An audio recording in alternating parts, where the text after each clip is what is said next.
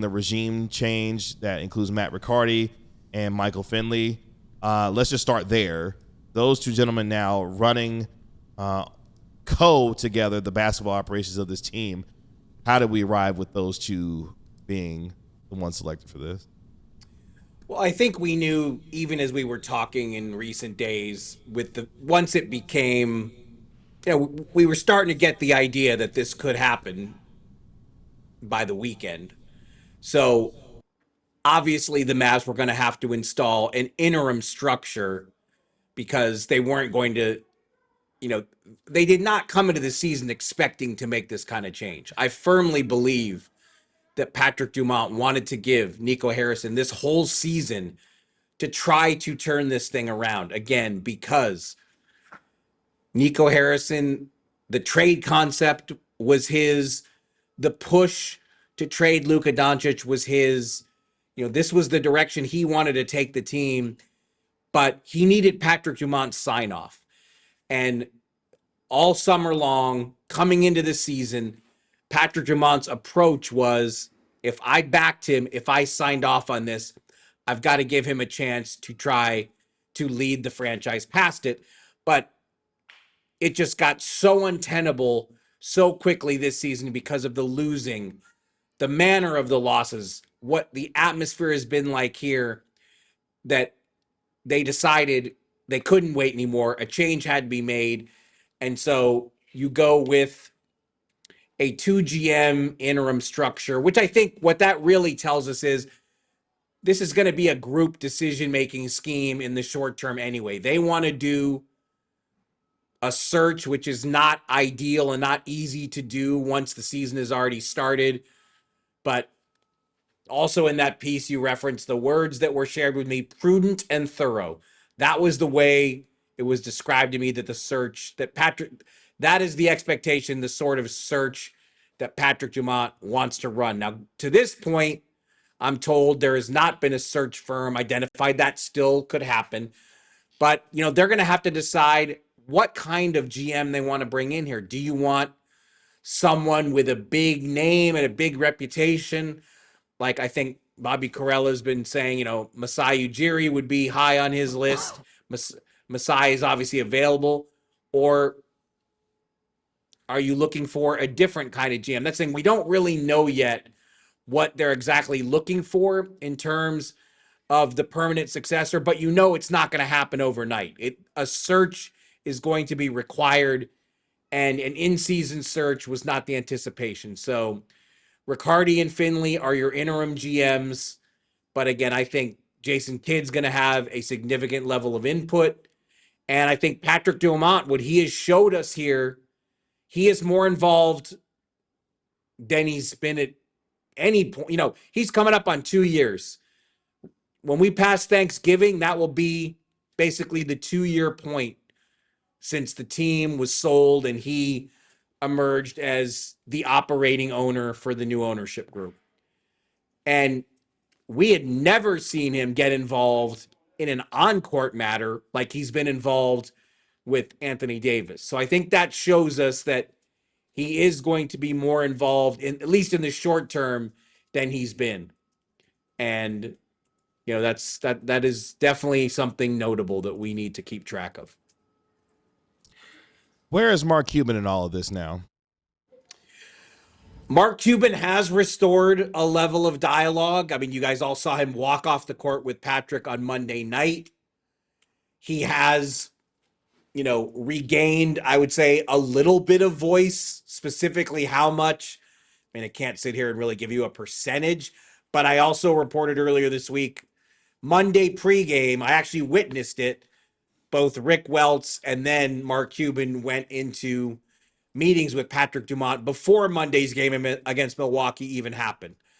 So I think it's pretty well known at this point that Mark has been advocating for the return of Dennis Lindsey.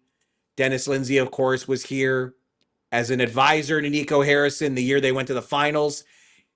He was immediately hired after that finals run by the Detroit Pistons to be the number 2 to Trajan Langdon with the Pistons. So I think he's a candidate. To say he's more than a candidate at this point, I think would be taking it too far. He's going to be someone presumably considered part of the search, but it's been stressed to me they really do want to make it a search. They don't just want to hire someone tomorrow.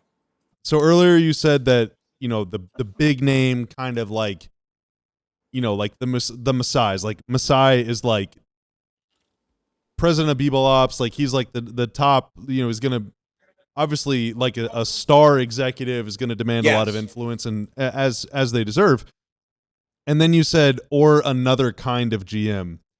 That to me sends off a bit of an alarm, because I know the previous regime before Nico, and even the first couple years of Nico, was really like there was a GM by name, but it was more of like a collaborative / just like Mark Cuban making a lot of decisions and other people. No, but see, you know what though, I actually don't totally agree. I mean, look, Mark was obviously very hands-on, and super involved in everything, but Donnie Nelson was, had a very loud voice and a lot of influence, and I think did have a lot of say in the direction. I mean, for sure, but like so did Bob, and so did Finley, and it was like every year on draft night, it was like, all right, who's going to get credit for this pick? Because there's like 5 different people, so like, do you is a return to that sort of like collaborative thing? No, but here's the thing. I guess the reason I'm struggling for my words there is because we genuinely don't have a picture yet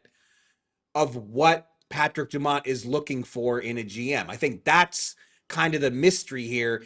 He's, like, we've spoken his name and talked about stuff he's done more in the past week than we did in the preceding 5, 6, 7 months. I mean, last season, it would have had people on the floor to hear that he was even in the discussions on when is AD getting back on the court. So I just think I'm putting my hand up and saying that we are still trying to get that more complete picture of what Patrick Dumont is looking for. Like when he hired Rick Welts, okay, you need a new CEO to run the business side. Rick Welts is literally a Hall of Famer. It's like that makes total sense that he would go after him and, just keep recruiting him until he convinced him to come out of retirement. I mean, that one makes a lot of sense. It's not clear to me yet how experienced of a GM do they want? Do they want someone to come in here and do a total overhaul? Is it someone who's going to work more in partnership with Jason Kidd? Like I know they're all valid questions. I'm not trying to duck them. I don't have all those answers yet, and I'm trying to get them. A lot has been made about how we got to this point. From your perspective, you mentioned that, it just became untenable for Nico Harrison to continue in his role. When you start to look forward now for this team, is defining a vision within the purview of Matt Riccardi and Michael Finley. Will they be given that permission to kind of define and chart that course before a new GM is hired to determine what the features of Anthony Davis and Kyrie Irving, Klay Thompson to a degree, will look like by the time we get to the trade deadline? I mean, look, on one hand, trade season doesn't start in earnest till December 15th when all the free agents from the summer can be traded.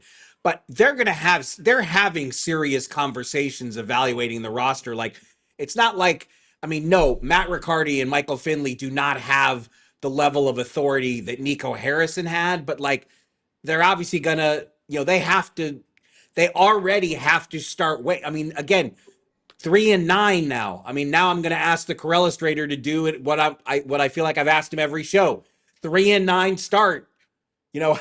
How bad is it? The playoffs are slipping away already with every single loss. And so the Mavericks are forced, but they have to do it as a collective. But that doesn't stop Matt Riccardi and Michael Finley from making suggestions. They've got to start thinking about, okay, what are we going to do with this roster? Are we going to start prioritizing draft position? That is a conversation. Whoever's having it, they have to start having it like now. There's no waiting for the next GM. But, that does potentially that is why you don't want to do a search in season, because anyone that they ultimately hire is inheriting a situation with all these complications. I mean, that's obviously not ideal, but we've long since passed the point of ideal. Like, everyone within the Mavericks organization has to face the reality of what's going on right now. I mean, this team it's a 3-9 start and a home heavy start, and the February 5th trade deadline, I mean, it's not fast approaching yet, but you can see it down the road. So, I mean, they're going to have to decide how to approach this trade season that again, starts in earnest December 15th. I wrote in the piece today, Rich Paul and Patrick Dumont have struck up a relationship here over the past several months since they were introduced at the play-in game in Sacramento. And just the sense I get to this point is, I think there will be discussion between the parties. Like, if the Mavs decide, you know what, we have to try to see what the trade market is, we have to start prioritizing the future, I don't see the Mavs just doing that independently. I think they would do it with a level of discussion in concert with AD's camp. But here's the other reality. AD has missed 7 straight games. He's only played 14 of 45 possible regular season games since the trade. He's got to get back on the floor for a sustained period of time before there can be any real trade discussions anyway. I mean, there is not going to be any kind of offer that the Mavs even want to consider until he's playing again regularly, because he's missed so much time. What kind of offer realistically are they going to generate?